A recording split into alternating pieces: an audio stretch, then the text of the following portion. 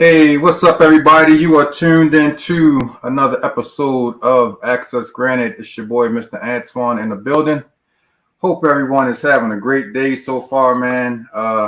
This has actually been a pretty chill day for me. Knock on wood. Work wasn't too hectic today, and I'm still technically working from home now. So any chance I get that I can work from home and still have a pretty laid back day, it's always good for me, man. Had a couple of things that I wanted to touch on, but I'm actually going to save those for another show because I was hoping that my co-host was going to be here with me tonight. Actually, my substitute co-host, Stacy Rose. Hopefully she'll pop on. And salute to my regular co-host, my sister, Selena. She's been on vacation for a week, and she hit me up yesterday and was like, my husband wants to stay another day or two.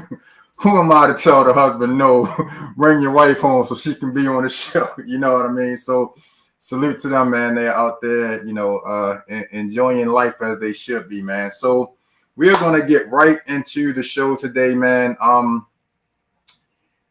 As we said before we came on air, I want to give a shout out to my sister, Kesha, a.k.a. Puddin', a.k.a. fill in the blank, a.k.a. fill in the blank, a.k.a. fill in the blank. I saw that she was up in New York over the weekend. Looked like she was having a really great time. So shout out to her for making this connection. And I want to welcome this good brother to the show, Thomas Lane. How you doing, bro? Welcome to Access Granted. Well, thank you for having me, brother. I'm so honored to be here today. Absolutely. As I'm sitting here looking at the merch, I will be getting a light blue T-shirt ASAP. Well, thank you, brother. I will definitely get some merch and support the movement, man. First of all, how's everything going with you? Everything is good, man. I see every day that, God give me above the ground, man. I'm blessed. Amen. Amen. And you know what, man? It's funny. It's well, not funny, but it's great that you say that because a lot of times we take that one day for granted. You know what I mean? I don't think people realize that our book of life is already written, and we don't know when that time is, coming. And sometimes, man, we get so caught up in the day to day and just, all that's going on in our lives that we don't take that time to just sit back and acknowledge the fact that we have one more time to get it right. You know what I mean? And, I'm not going to sit up here and try to act like I'm a preacher and all of that stuff. But, as I've gotten a little bit older and I've gotten a little bit wiser in life and been through some of the things that I've been through and seen some of the things that other people are going through, I start to appreciate, you know what I'm saying, the little things. Being able to work from home and, not have to go out there because, I mean, it's a lot going on out there. And anything can happen to you. Your time could come in the comforts of your own home, but you still have to appreciate just that opportunity. My wife has to get up and go to work, every day still. My son gets up and goes to school and work, and you never know what happens when they leave out that door. You know what I'm saying? So every time we have an opportunity, man, to just, be here and really for me, I always look at it from the philosophy of one more chance to get it right. You know what I mean? And one more chance to be better. You know what I'm saying? Become a better man, become a better husband, become a better father, et cetera, et cetera. We have to acknowledge, man, and be grateful for those opportunities because, especially here in Baltimore, man, you can't turn on the news any day now at this point without hearing about, someone losing their life, unfortunately, man. So, we can't live our life in fear. We have to, go out and do what we can and just, acknowledge, man, when you have that opportunity to, to continue to be here and do stuff like this, you know what I'm saying? Break bread and, I just wanted to put that out there, man, because there's a lot of people that take it for granted. You know what I mean? Yeah, definitely. Two things come to mind that you speak on that. And one is you can't go back and change tomorrow, but you can start the day and make a new ending. And then the other thing is it's 7 days in a week, my brother. It's Monday, Tuesday, Wednesday, Thursday, Friday, Saturday, and Sunday. And some day is not one of them. So Mm. we can't take on a someday mentality. We have to make the good use of the time that God has given us and be able to Yeah. make a difference or impact in this world. And that's what I feel like what you're doing with this podcast platform that you're on. And I Yeah. appreciate it so much, man, because you are really giving back into the community and allowing people to be Yeah. reached through this virtual platform. Yeah. I appreciate that, man. And I tell people all the time, like, hey, thanks everybody for tuning in. How you doing, Yvette? I tell everybody all the time, man, like, you know, a lot of people these days, man, they get into these podcasts and everything, and they're looking at it, as an opportunity to make some money and hopefully get rich and, all of this kind of stuff. And, for me, I'm at a point in my life where the money doesn't, I'm not going to say it doesn't mean a thing because, we all got bills and everything to pay, but, you know, um, you can't pay me enough money to provide a platform like this to brothers like you. You know what I mean? Like, you can't pay me enough money to have some of the artists to have the opportunity to sit in front of some of the people that I have on this show and just bring them to the world and introduce people like yourself and some of the other people that, like, you can't put a price on everything. You know what I mean? So I love doing this. I love the fact that I can do it from the comforts of my home. And I just love coming across people like you, man, and just introducing the world, man. If you don't get nothing but one T-shirt sale or one book sale or whatever the case is out of this, I feel like I've done my job because I created that, and I do this very unselfishly, man, very, very unselfishly. So I appreciate that acknowledgement, man, because a lot of people don't understand, you know what I mean? A lot of people really don't understand it. But that's enough about me, man. Let's get into Thomas Lane. Let's get into,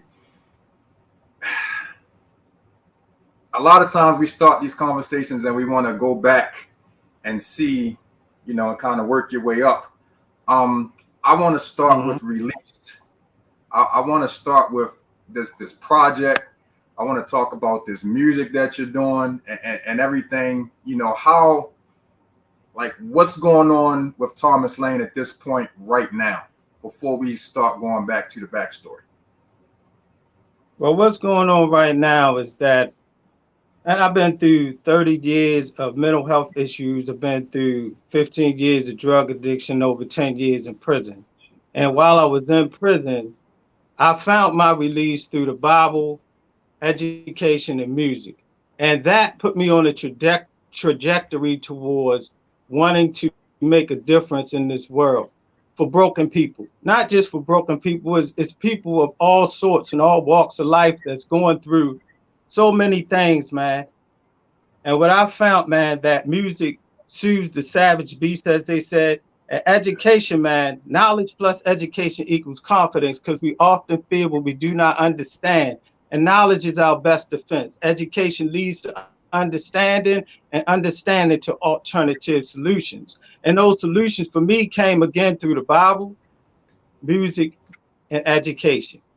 Education that I had eighth grade education. I could barely read or write, man. And I found education in prison, but translated it when I came out of prison to college to get my visual communication and graduate with a 3.6 GPA. So now Oh all of wow. those things of what I'm bringing together in this release project and to give back to the community. So the release project now is more than just my autobiography book. It's more than just my musical EP. It's also an outreach component to it. So I have raised enough money right now to be able to give back to unfortunate children. You just talked about all of the crime that's going on in the city. So we know that the children are our future, man. So I'm going back to that first by making a connection by giving back, through school supplies to help them. And then I'm going next to the institutions and be able to give toiletries to incarcerated men and women. And then the bigger vision is to develop a visual communication workshop where I will teach video, photography, animation, and graphics of all sorts. All of the videos that you see, all of the graphic imagery, the book, all of that stuff is what I want to be able to teach incarcerated men and women. I think I just froze up too. Yeah, you did. You did. So hopefully we'll get back. Yeah. So out of all of the things that you just mentioned, man, the one thing that I hope that you'll be transparent enough to touch on is something that I always say is a very taboo situation, or a very taboo conversation when it comes to the African American community, and that's mental health. Mm-hmm. Even though I am a IT/network guy, I actually work for the Maryland Department of Health and the Behavioral Health Administration. So even though I'm not directly in the field, I see a lot of statistics. I see a lot of work that's being done in the mental health world. And, it seems to me like, especially maybe over like the last 5 years, especially, I'll say like maybe 5 to 8 years, I've noticed that a lot of Black people are starting to open up to acknowledging the fact that we need help in that area. You know what I mean? We go through so much as people. We go through so much as Black men. We go through so much as Black women. And, for a while, the one example that I always give, man, is, growing up as a Black man, we weren't allowed to show vulnerability. It was, shut up, stop crying, get over it. You're a man, you're a boy, and I feel like that got beat in our head so much, over time, that it started to scar us in a very negative way and prevented us or kept us from wanting to reach out and say, I'm hurt, I'm going through something, So can you just talk a little bit about your situation and the things that you went through, and a little bit about, your turnaround and how you were able to, first of all, acknowledge that you needed help, because that's the first step. And then, the help that you were able to get. Yeah, and that's exactly what you said, brother. When you're growing up in the hood, and I grew up at 945 North Chapel Street, it's in between Ashland Avenue and Eager Street.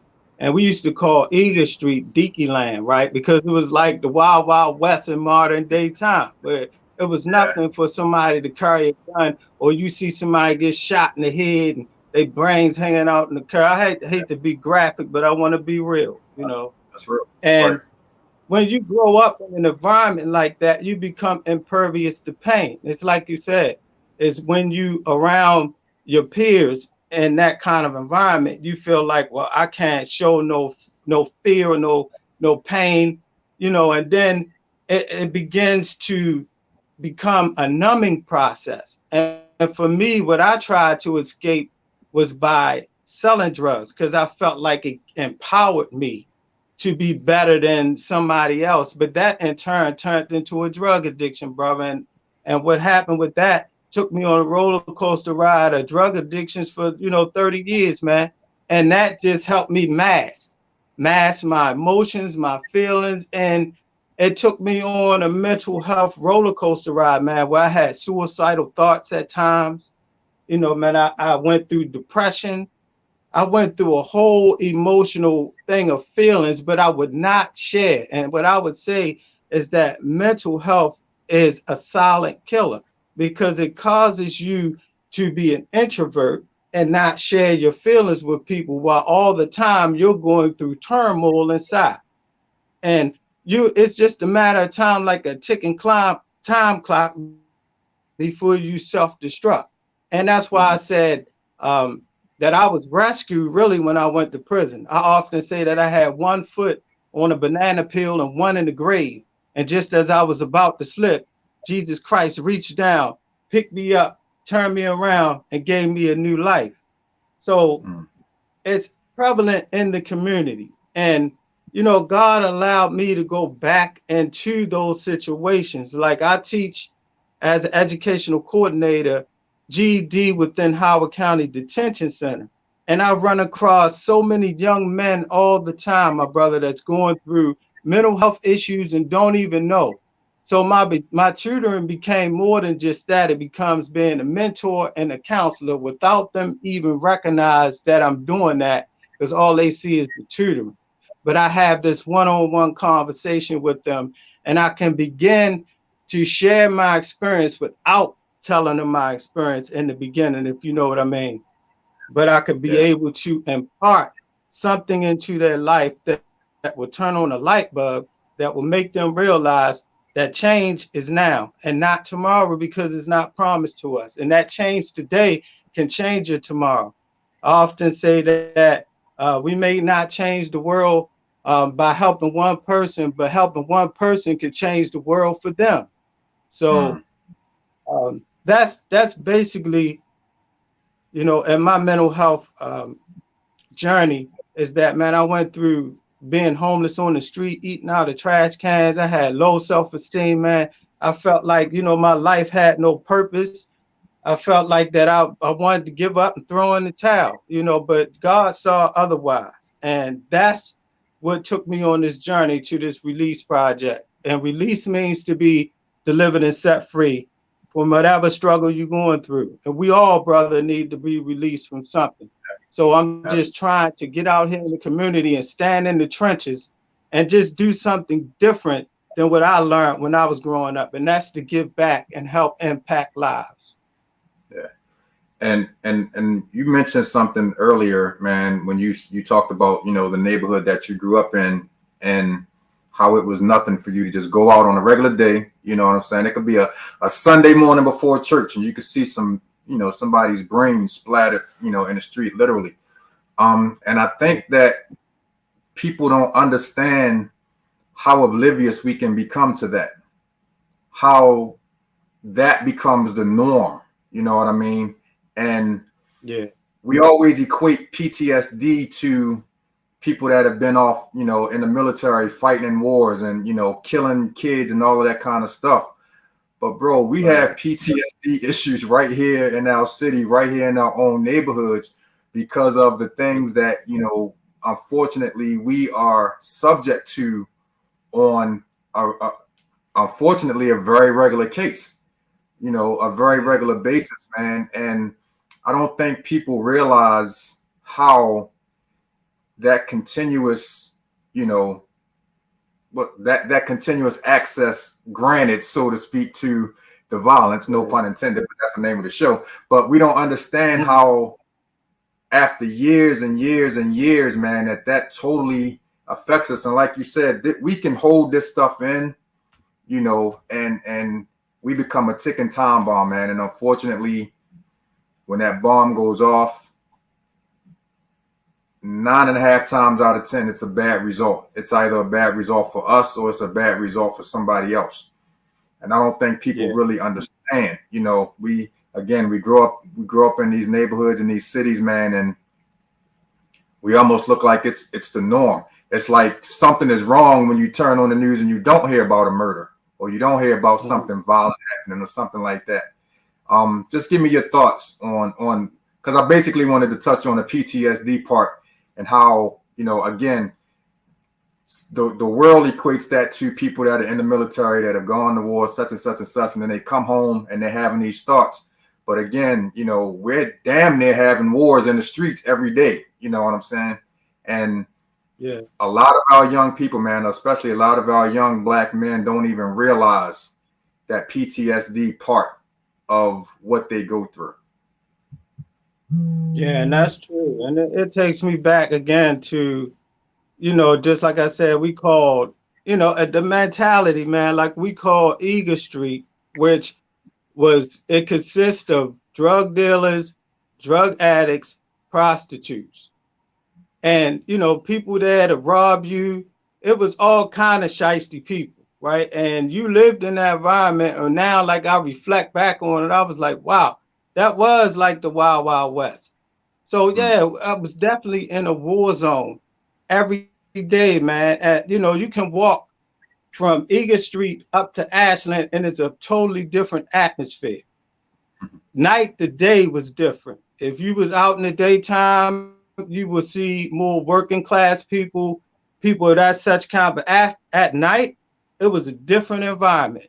It was, you know, all of these other people came out the woodwork, and it was a survival, man, because you was living not day by day, but minute by minute, brother. Because at any moment you could be laying in the gutter with your brains blown out if you did not take your environment serious and understand.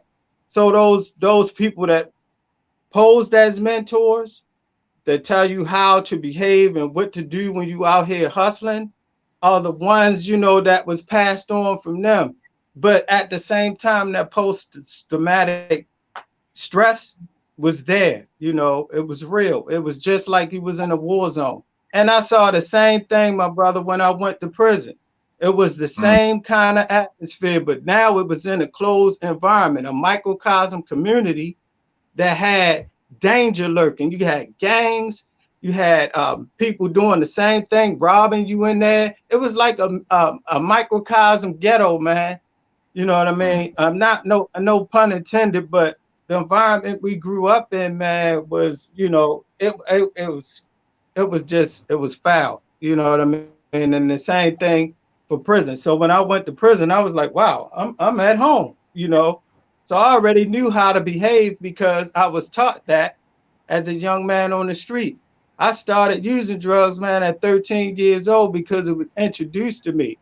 And then watching the drug dealers, you get fascinated with the cars and the money and the clothes.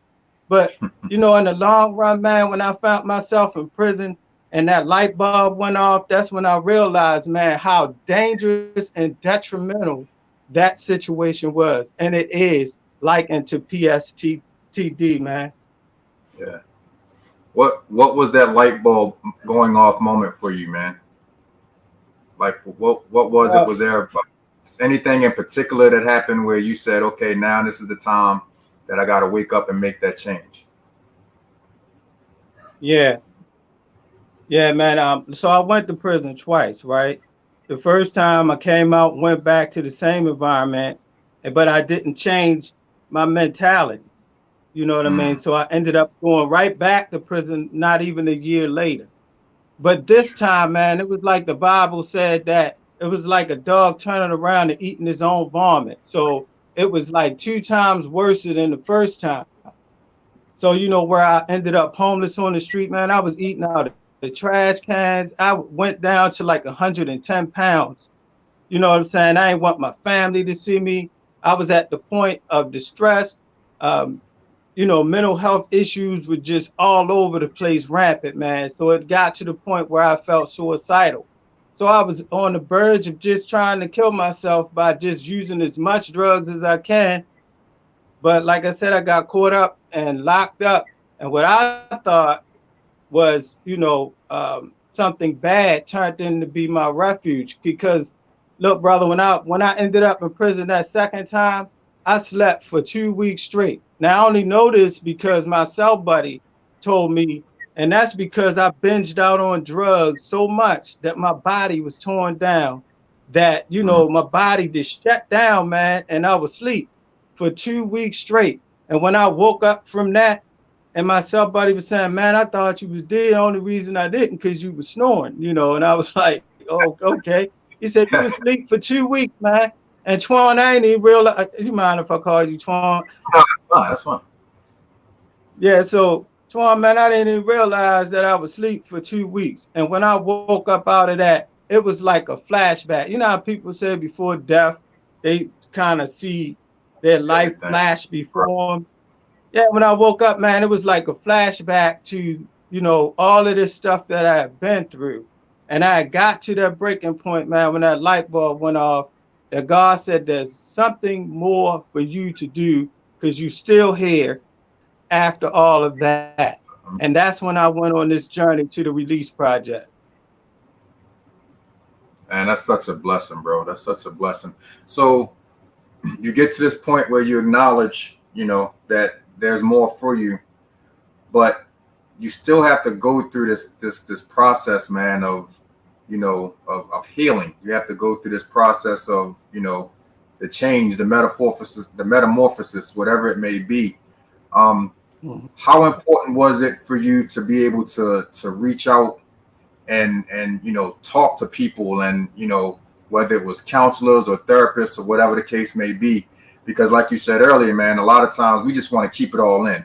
You know what I'm saying? It's almost taboo to put it out there and to talk about it. How important was that ability to release? I mean, that's actually the perfect name.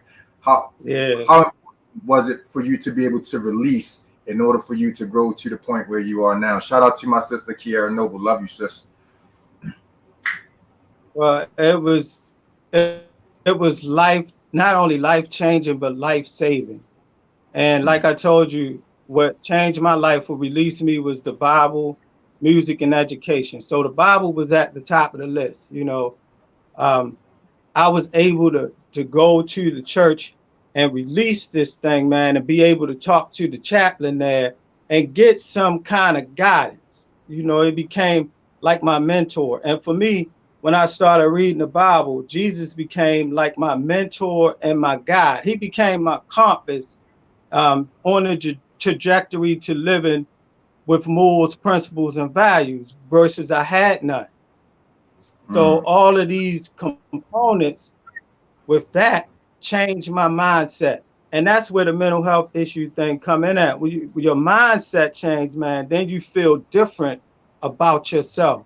You gain confidence, you gain faith, and you gain strength, and you understand that you have value, and you can also impart that value to someone else. And that's what basically my mentor, Bishop Richard Scott, he actually married me and my wife. He became a very intricate part of my life, even after I was released from prison. But yeah, brother, the Bible. And then once I found out about education, and I just excelled in things that I didn't realize that was already in me that God put there. So the Bible opened up a door to understanding the potential that I had in me, revealed through education, and then I began to express it through music. So I kept watching the guys up there singing on the choir, and I was moved inside. You know how you hear a song, man, that you can reflect back on, or it means something to you after you've been through something detrimental? That's what those songs were doing for me.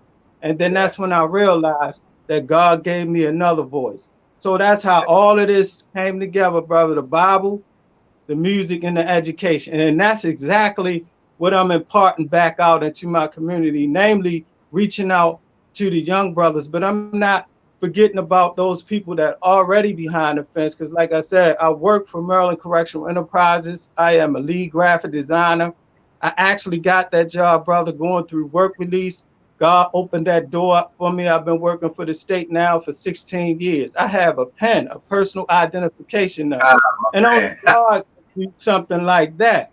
But then at the same time, he allowed me to be I don't want to give too much of the information that's in the book, because what I'm telling you is basically the journey of the release project that's in this book. But I'll share that also led me to the correctional education counselor.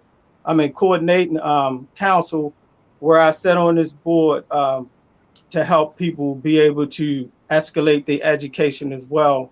And that connected me to the director of Howard County Detention Center. He's retired now. His name was Jack Kavanaugh. And that's when I started working as an educational coordinator there. I've been there for 7 years, and I do one-on-one tutoring. That's why I told you I can also impart that mentoring and counseling through that education process.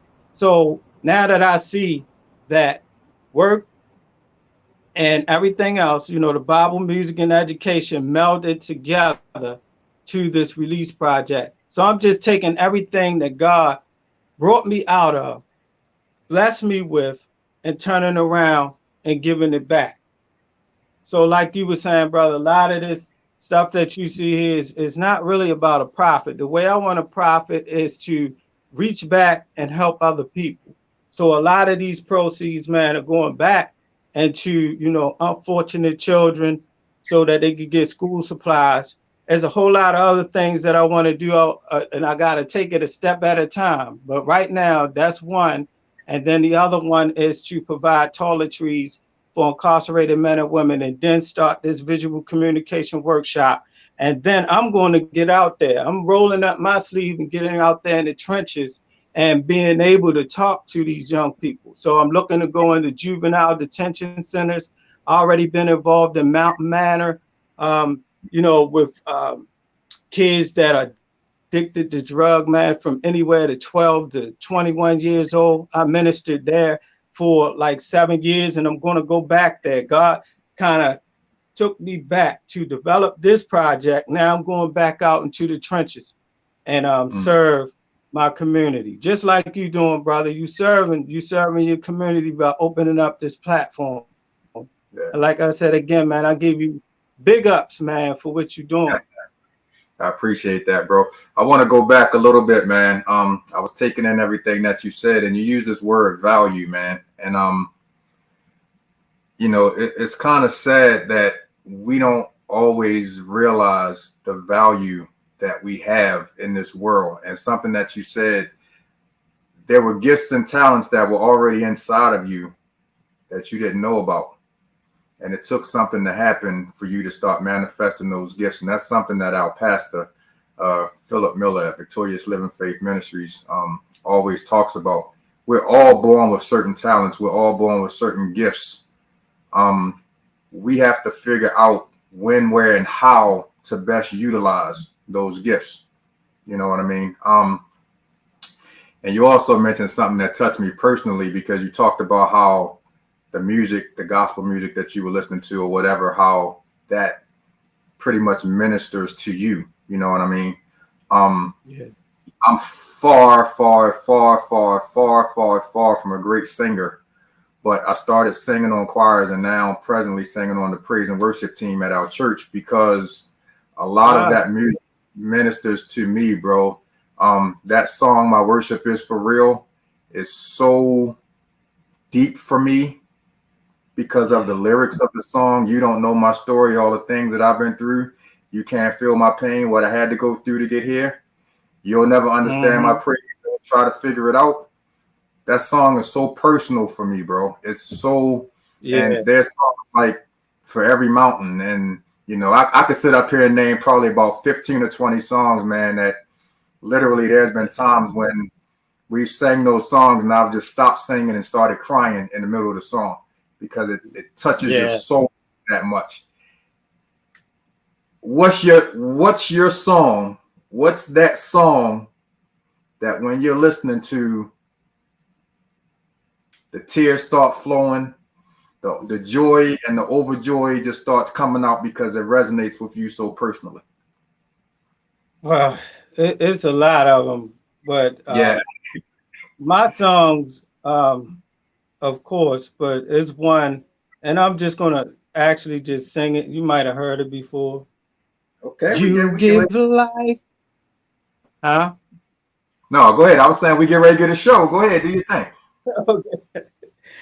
You give life.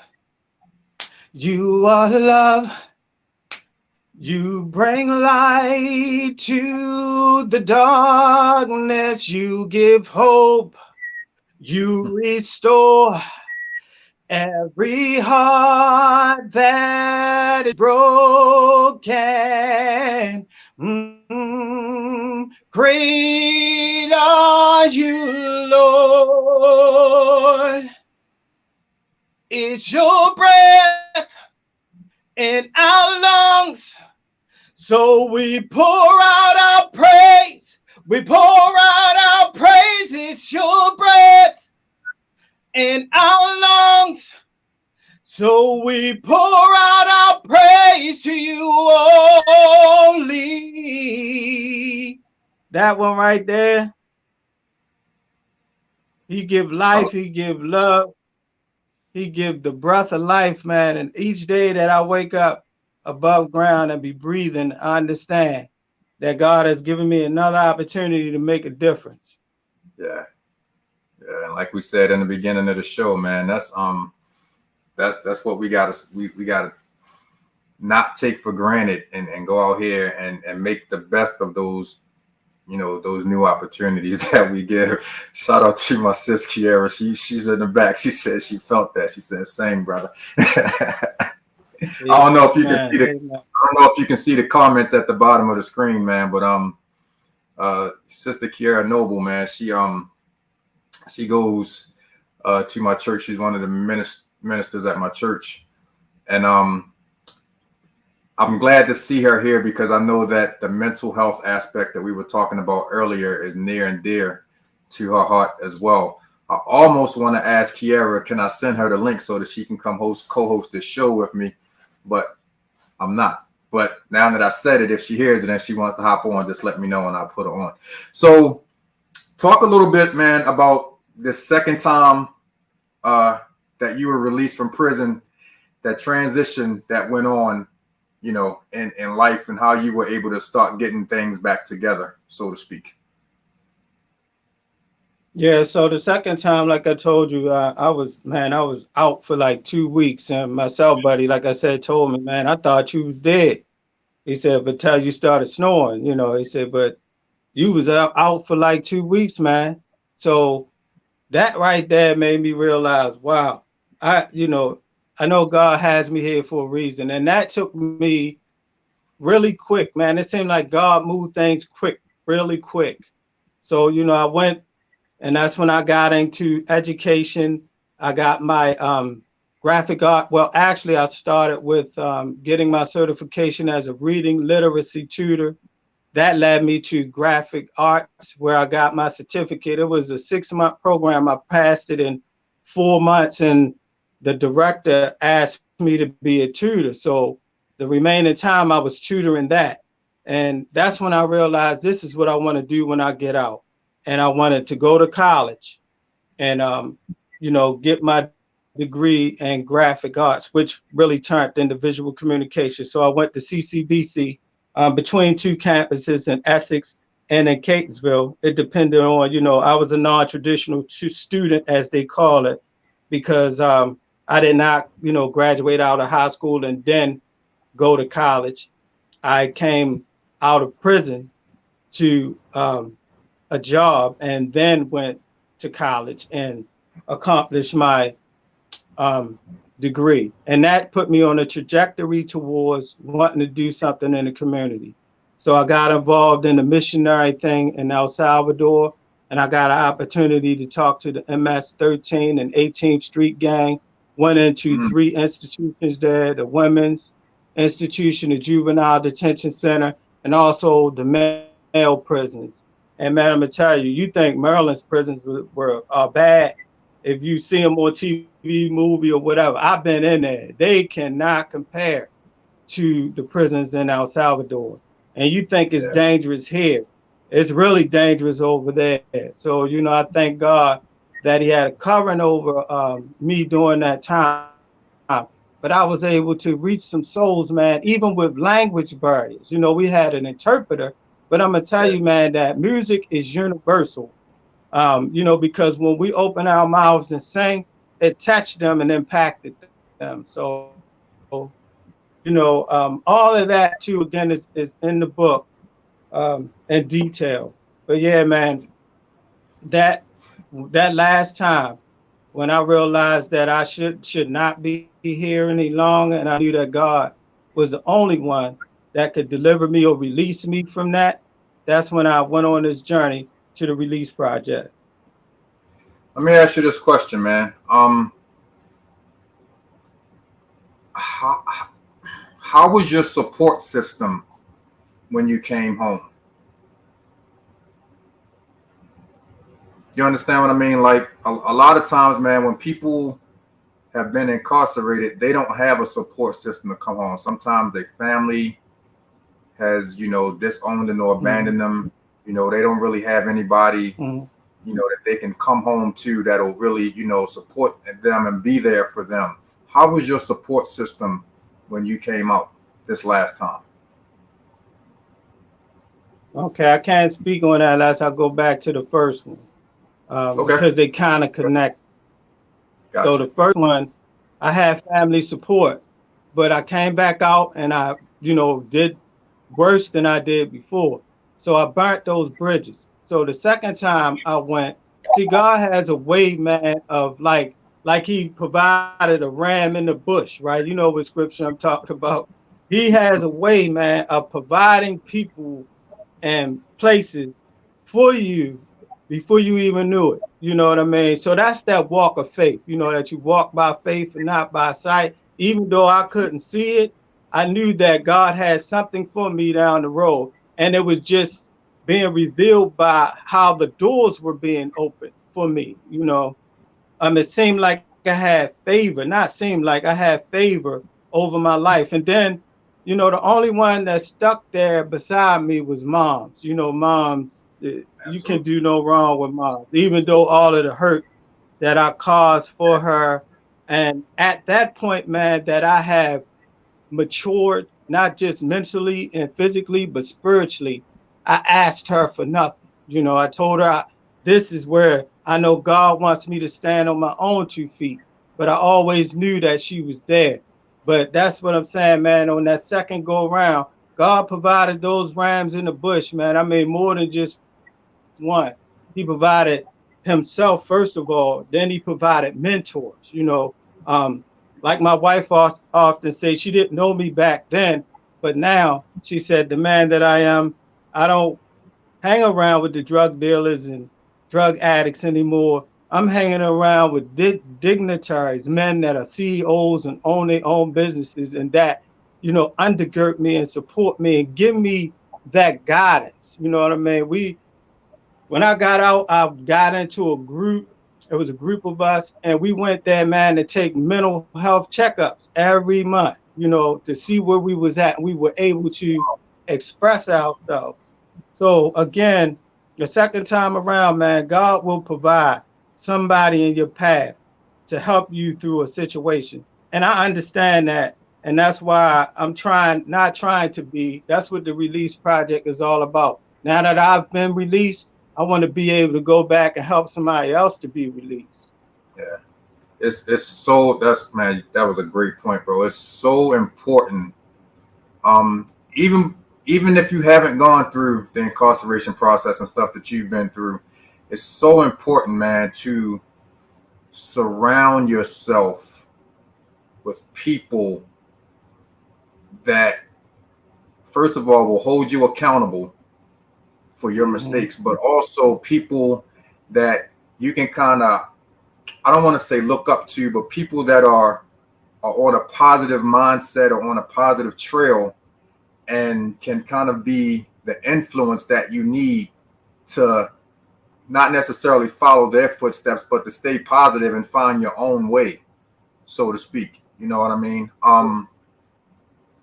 That's the job of a mentor, brothers, that you share your experience, but you help Yeah, somebody to get to where they need to go. yeah, yeah. It's just, again, we can go back to the upbringing, man, and where you are, in certain neighborhoods and everything, man. When you're surrounded by so much, trying to find that positivity sometimes is worse than trying to find a needle in a haystack. You know what I mean?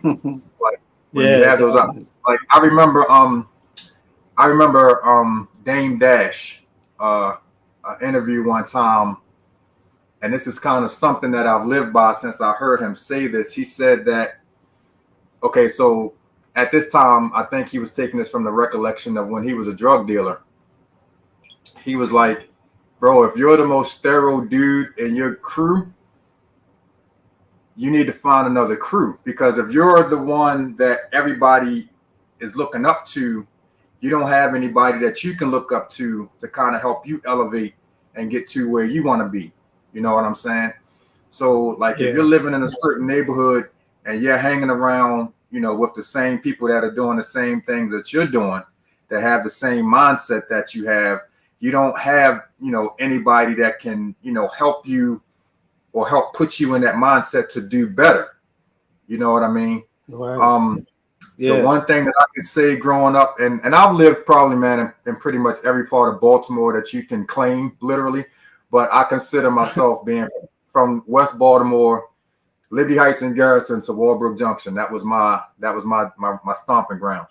And Mm-hmm. one thing that I can say is that I always had people that were a little bit older than me or people that were right around my same age that were always doing good.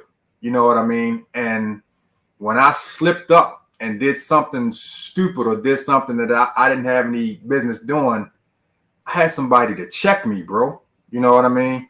I never Mm-hmm. forget. I called a girl out of her name one time, and it was this dude. I think I was like 14 at the time, and we had it was a brother in the neighborhood. We called him Big Dirk.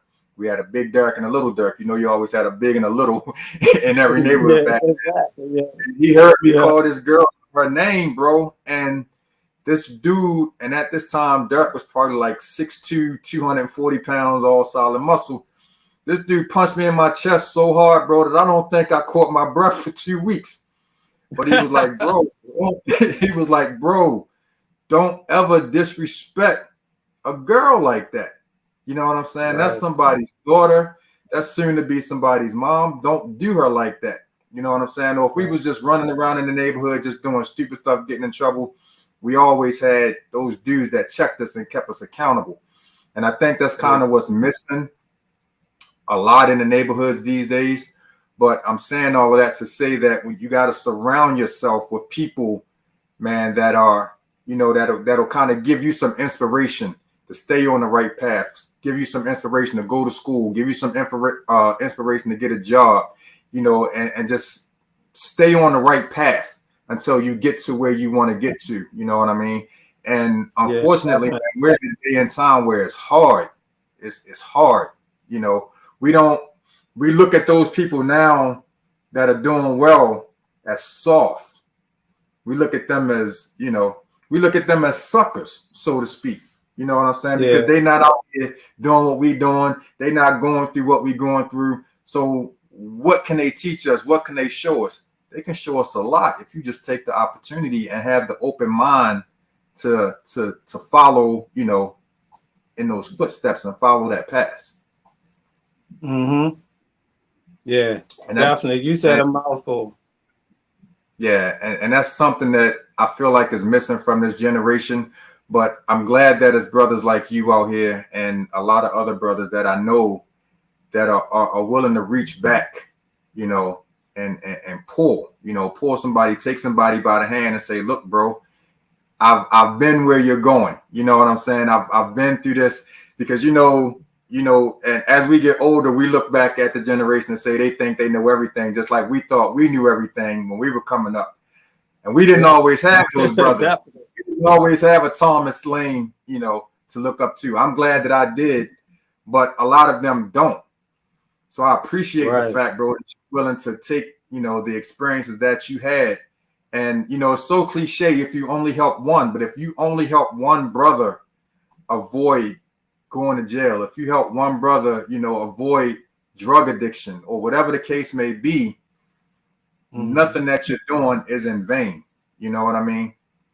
Exactly. Like I feel like that work that you're doing is very, very, very important, man. And I salute you for that work that you're putting in, for real.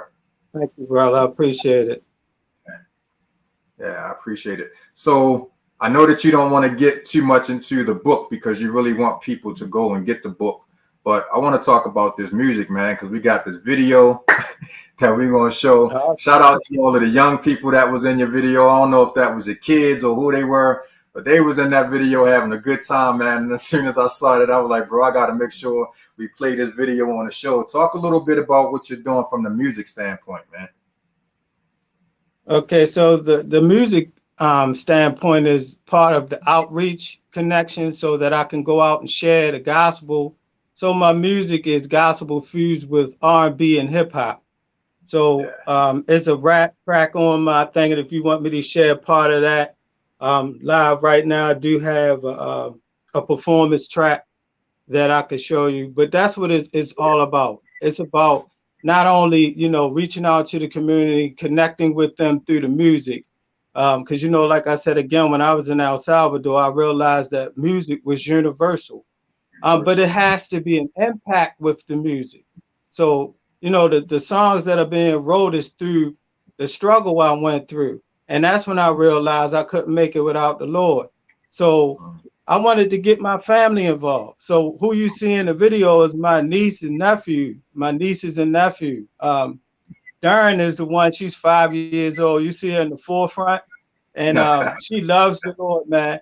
And when I told them about what I was doing in the community, they wanted to come right alongside me and help me. So it took a traumatic experience and God turned it into a joyful family situation. So that's what the song I Can't Make It Without You, Lord, is really showing how God took something that seemed bad and transformed it into something good. He took my good, bad, and the ugly, my brother, and he transformed it into a new life with new purpose. And y'all having so much fun in this video, man. I loved it. I was just looking at the video, man, just smiling and saying, look at these little kids out here, man, just having fun, man. And most importantly, man, just praising, you know what I mean? So let's go ahead and get into this video, bro. This is I Can't Make It Without You from Brother Thomas Lane, man. Let's get into this real quick. Let me make sure I'm hitting all of the right buttons. There we go. I can't make it without you. There we go.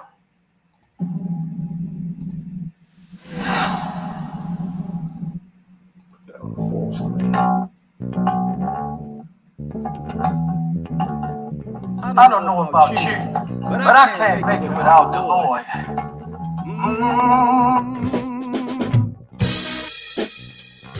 I don't know your testimony, but I know the Lord has delivered me from drugs and over 10 years from prison. I can't make it without the Lord. I can't make it. I can't make it. I can't make it. I just can't make it without you, Lord. Yeah. I can't make it without you, Lord. I can't do it. I can't make it. I can't make it. I just can't make it without you, Lord. Yeah. I can't make it without you, Lord. When I was down and out, yeah, and I didn't know what to do. You know what? I found out that Jesus is the truth, the right, closer than a friend. Oh, when trouble's in my way, take it to the Lord. 'Cause I can't make it, y'all. I can't make it. I just can't make it without you, Lord. Yeah. I can't make it without you, Lord. I can't do it. I can't make it. I can't make it. I just can't make it without you, Jesus. I can't make it without you, Lord. When I was living foul, and I couldn't see my way. You know what? I found out that God sent His only Son, and He died for my sins. So now that I'm saved by grace, take it to the 'cause I can't make it, y'all. I can't make it. I just can't make it without you, Lord. Yeah. I tried it on my own. It don't work.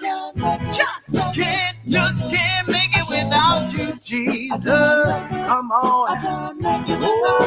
Oh, when you're feeling down, hard, heavy laden, take it to the Lord.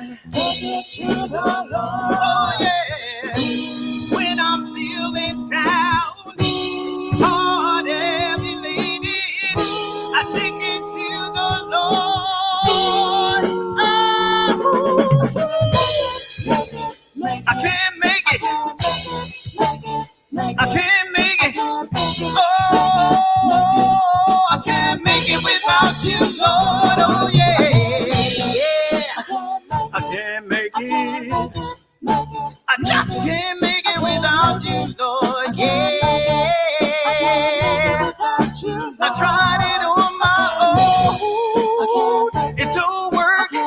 Just can't make it without you, Jesus. I can't make it without you. I just can't make it without you.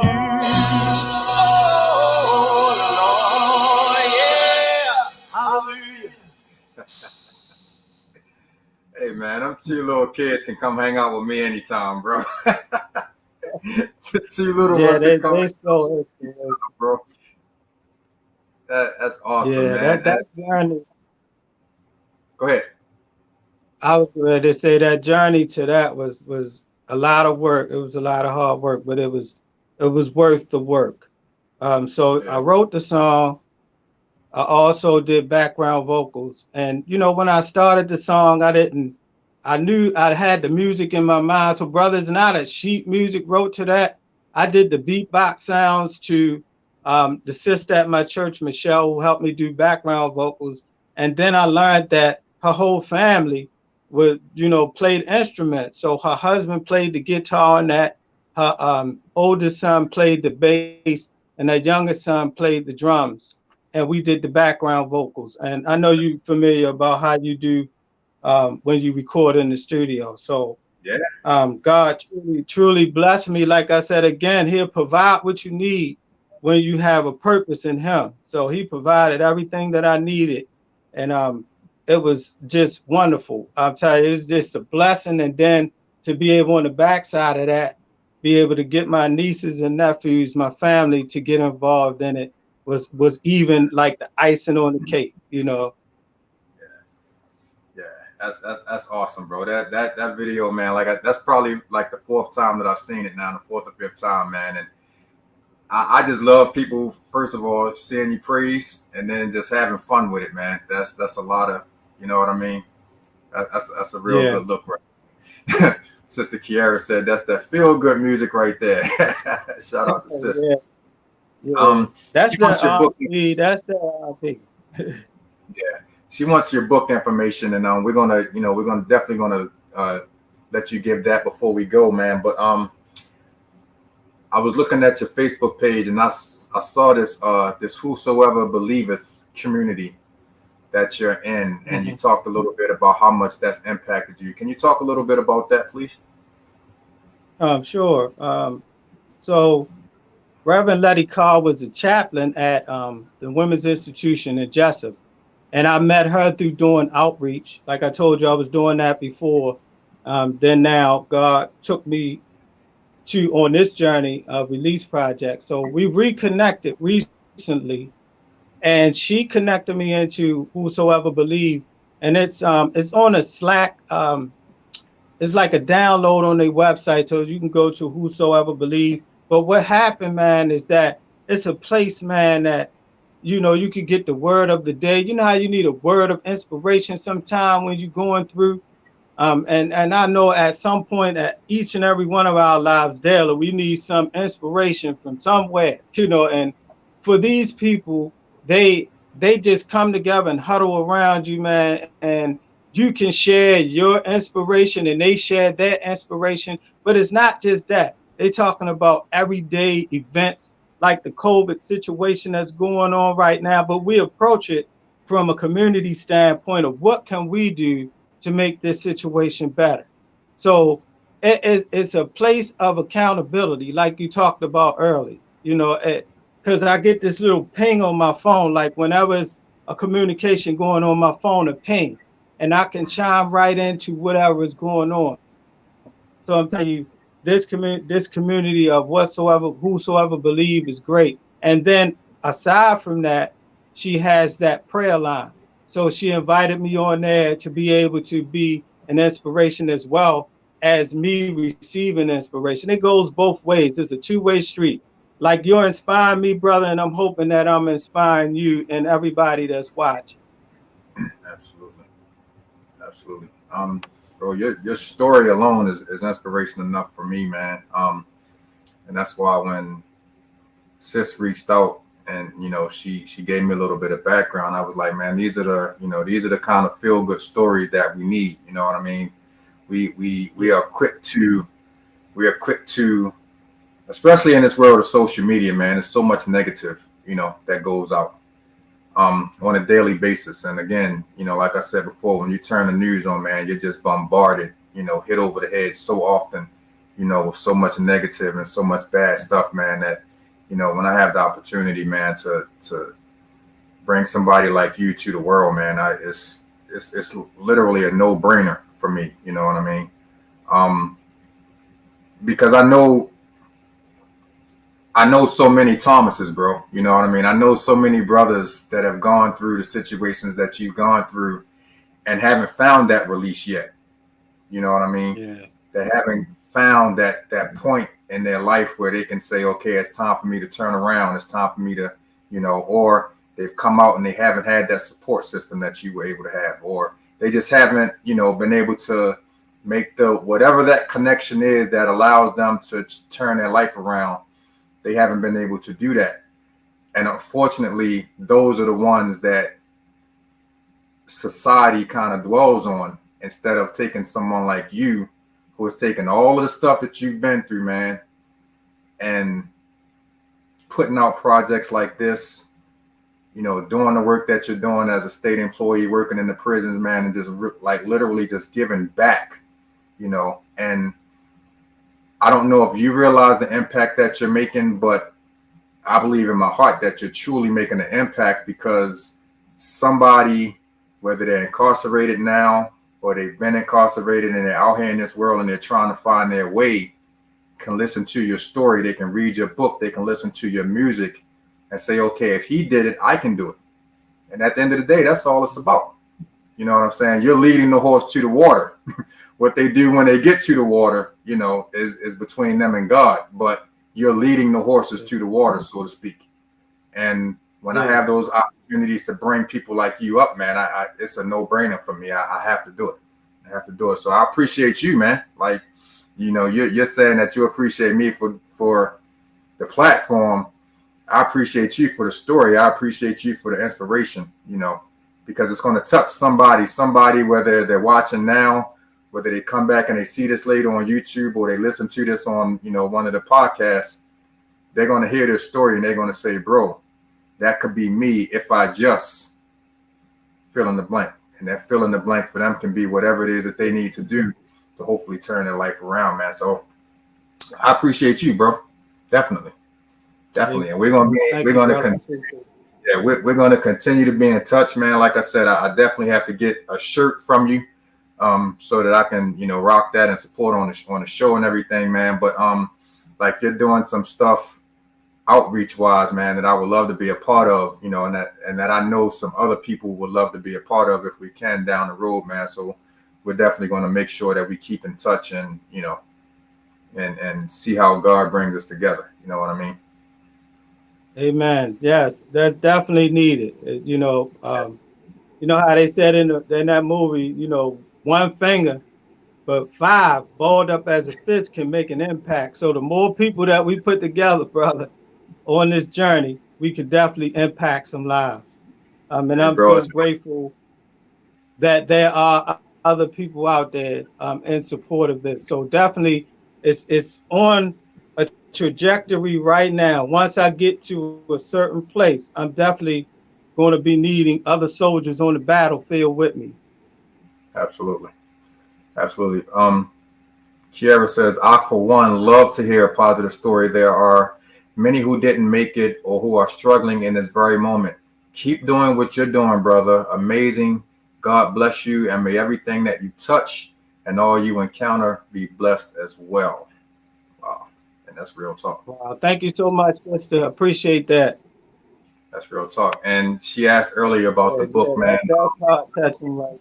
Yeah, bro. Like I said, you're touching people right now. You know what I mean? Like she said, there's so many that didn't make it or that don't have the opportunity, or even they have the opportunity and they don't take advantage of the opportunity. There's some people that could come out and say that, hey, I made it through and I'm good, and just keep on living life. You know what I mean? And you very easily could have taken that path, but you chose to, again, use everything that you've been through to reach back and help, man. And that means the world to a lot of people, bro. Like I really commend you for that. But Kiara asked earlier about the book and how she could, get some information on obtaining the book. So please let her know. I sure will. So if you go on www.releaseproject.com, you will see this imagery is also on Facebook, YouTube. You can connect with me there. But I'm gonna see. I have a QR code here. Give me, brother. The way the thing is Yeah. situated, I'll try to get it right. There's a QR code that you can scan, and I'm gathering. Maybe let me get this card straight first. Maybe you can scan that. Yeah. Maybe you can scan it and be able to get that QR code off of there. I'm gonna hold it up there for a second. But Probably if can. not, it's www.releasedproject.com, and you Yeah. can go to my website, and there you can purchase either, I call it sowing a seed. You can either sow a seed into the book, or you can get the music EP. It's a digital version, but I also burn some for those that still like to have CDs. So all of the imagery and graphics, again, man, I created the videos, all of the editing and animation. I did all of that stuff. And that's what I'm talking about, Twan, that I want to teach, incarcerated men and women, give them an avenue out that they can do something different than just selling drugs or committing crimes. They have a potential in them. And I want to be able to give that back to them free of charge, through people that understand what's going on and trying to give back. When they do this project, that's where this money is going. It's going to school supplies for kids again, and then toiletries, and then the next step is the visual communication workshop. So that's the bigger picture. And then there's some other things that I don't want to speak about yet, because you got to make one step at a time before you get to the bigger picture. Exactly. Yeah. So hopefully you'll have me back later, 6 months, 7 months from now or so, and we can see where the journey is going then. Okay. We're connected, so just hit me up when you're ready. I mean, that's Okay. a no-brainer. That's a deal. Just hit me up. Let me put I want to put the website back up one more time. I'm scrolling up. I got to take the comment down first.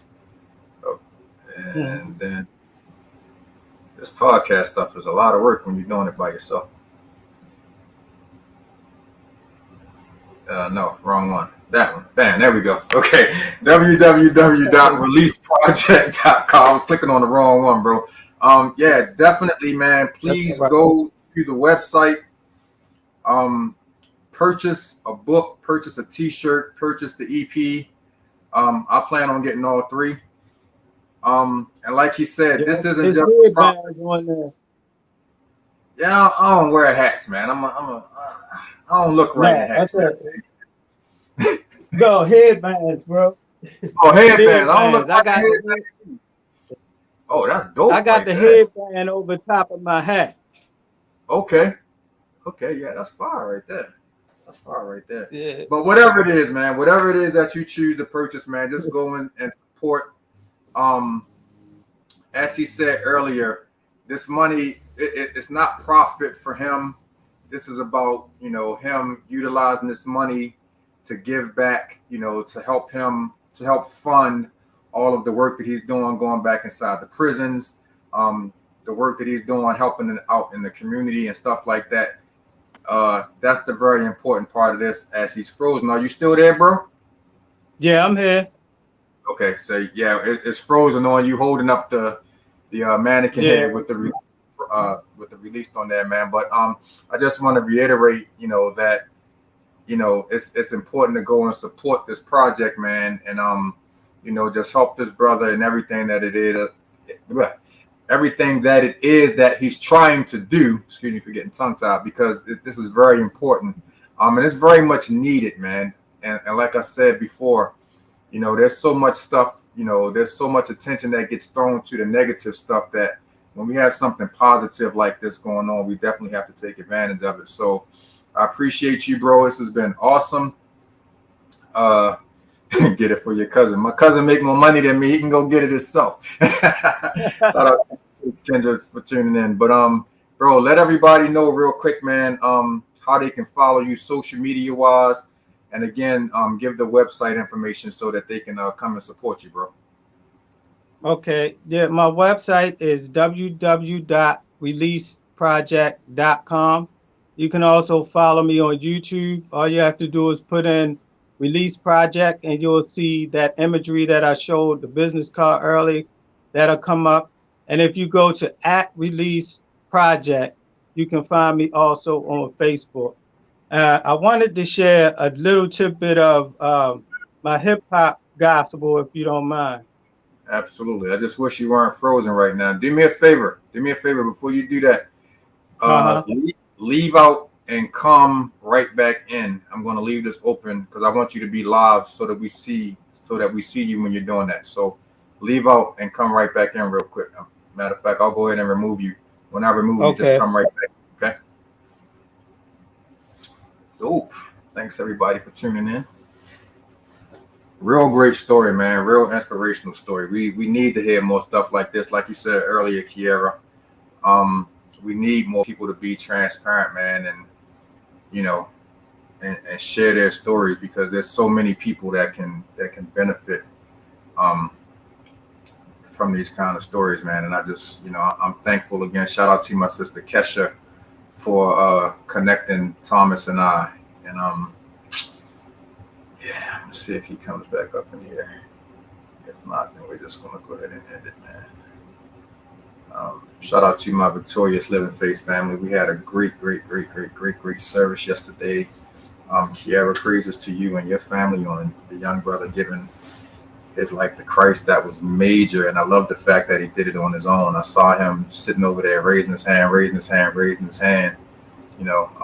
A lot of times when you're that age, you kind of feel pressured to go up, and I love the fact that you guys didn't have the pressure. I'm sure you've had the talks with him and everything like that before, but the fact that he chose to make that move on his own is super major. So, congratulations to you. Congratulations to my brother Mishan and little Mishan, man. That's major, bro. And the little brother knows now that he has an army of warriors and brothers that's going to stand by his side. So salute to him for that. You back, bro? Yes, sir. I'm here. All right. I wanted to make sure we had you right, man, before you did your thing. So what I'm gonna do is I'm actually gonna go ahead and put you in solo mode, man, and let you go ahead and rock out and do your thing, bro. Okay.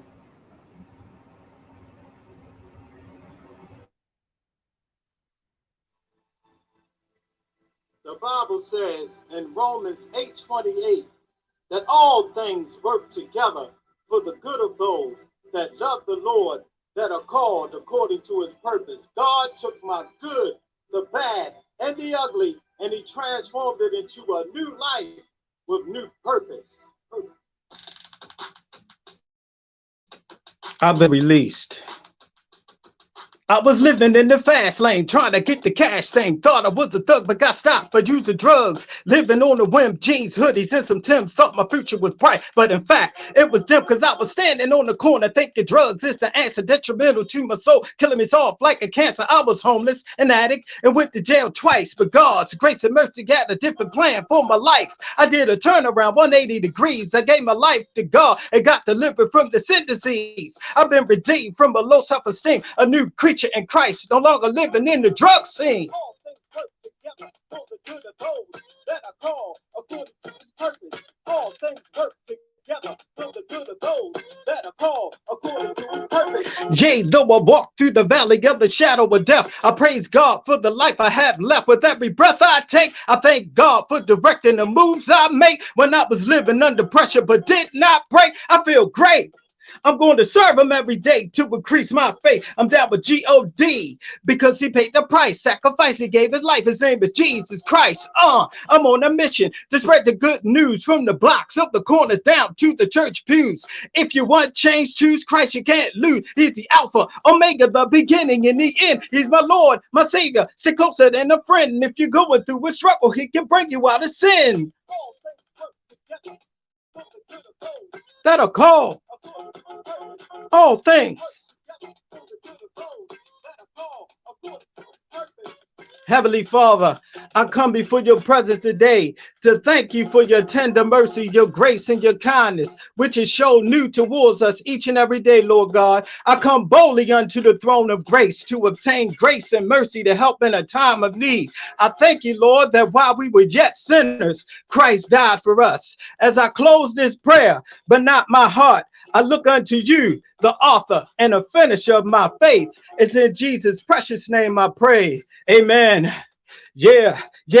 It's all about Jesus, brother.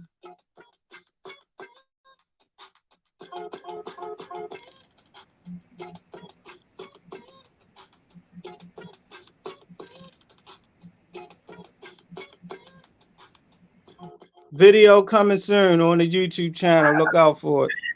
Video coming soon, fool. My man, what's up, bro? Appreciate that. Hey, before we get out of here, man, I want you to just give one message, man, to anyone that sees this, anyone that hears this, that may be going through similar situations that you've gone through, you know, that may be on that brink right now of, you know, they might be at that crossroads, man, and just need to hear a positive message from someone that's been there, that's been through. Give them one last message, man, before you go. Yeah, I'll let you know that a humble mistake is better than an arrogant achievement, because in our humbleness, God can step in and change our lives. But when we're arrogant, man, we'll never come down. And eventually, man, we're going to leave this place if we don't realize that God is the source of our strength. Drop the mic, bro. That's just drop it. Just drop the mic right there. Definitely drop the mic moment. Yeah. Again, bro, I appreciate you so much, man. Very inspiring, you know, and very humble in the work that you're doing, which I think is what I love the most. You know what I mean? And again, and even Kiara just said it right there. She says, stay humble, very humble, you know, in the work that you're doing. We'll connect in about 6 months, man, so that we can, you know, see what's going on with you. But I know Kiara has mentioned, and I've also mentioned earlier, man, that if there's anything that we can do, man, to support other than, you know, of course, going out and, you know, purchasing the merch and the book and everything, just let me know. You know, I can honestly say that I know that I speak for them when I say that we're very willing to come out and help anything that we can do to help make a difference in our community, man. So, you know, we're looking forward to having you back, as Kiara is saying right here. And yeah, man, just stay connected, bro. I mean, we already have we got a mutual friend, so I know we'll be in touch, man. But I just appreciate you, bro. Like, I want you to know, man, that we need more Thomas Lanes, man. We need people that are willing to be transparent and tell their stories, and at the same time be willing to reach back, man, and pull another brother up. You know what I mean? And I just salute you, man. You know, that's really all I can say, bro. I salute the work, man. I support what you're doing, and anything that we can do on this end, man, to help you continue to be a blessing. We're here for you, bro. Amen. I appreciate you, Twan, and everybody that's watching. I'm gonna definitely keep you lifted in prayer, brother. And we're connected now. So we're soldiers on the battlefield, man. We have the same mindset and kindred spirit. So I appreciate you again, brother. And I definitely will be in touch. Now it's time to get out there and do the work. Absolutely, bro. Doesn't get any better than that, man. Give it up for my man, Thomas Lane, y'all. We appreciate you, brother. We'll definitely be in touch. We appreciate you taking some time out, man. Have a good one, bro. All right. You too, brother. Thank you. Thank you, man. Yeah, man. Great. Oh, great brother. Great brother, man. And I'm gonna leave it at that. I'm not even gonna get into a whole lot of the other stuff that I wanted to talk about. I'm appreciative, man, of everybody that tuned in tonight. Continue to follow us on all social media, man. Access granted. We're everywhere. We're even on Twitter now, even though I hate Twitter. But just follow us, man. Share this video. If you watch this tonight, man, share this video. I know that there's somebody out there that can be touched by this brother's story, man. So share this video. Share the website, so that people can go and, support the movement by, purchasing some merchandise, purchasing the book, purchasing the EP. I'm grateful for you all. Make sure you check us out this Friday. We have another episode or another segment, I should say. I hate calling that episode. Another segment of Access Granted Acapellas and Acoustics. I'm not going to say who the guest is going to be this week, but I'm looking forward to dropping it. And I will, hold on, let me check my calendar. I'm going to start making it a habit of checking my calendar so I can let y'all know who will be on the next show. I believe my next show is actually next Monday again, which will be the 24th. Oh, we have actress Tequila Motique. She's going to be on the show. She has a lot of great projects that's in the works, man. So I'm looking forward to chopping it up with her. Baltimore's own Tequila Motique will be in the building. Appreciate you guys, man. I'm hungry. I'm going to eat. I love you guys. I'll see you next week. Thank you for allowing me to access or grant you access. I'm going to figure that out as we go along. But I love y'all, man. Peace.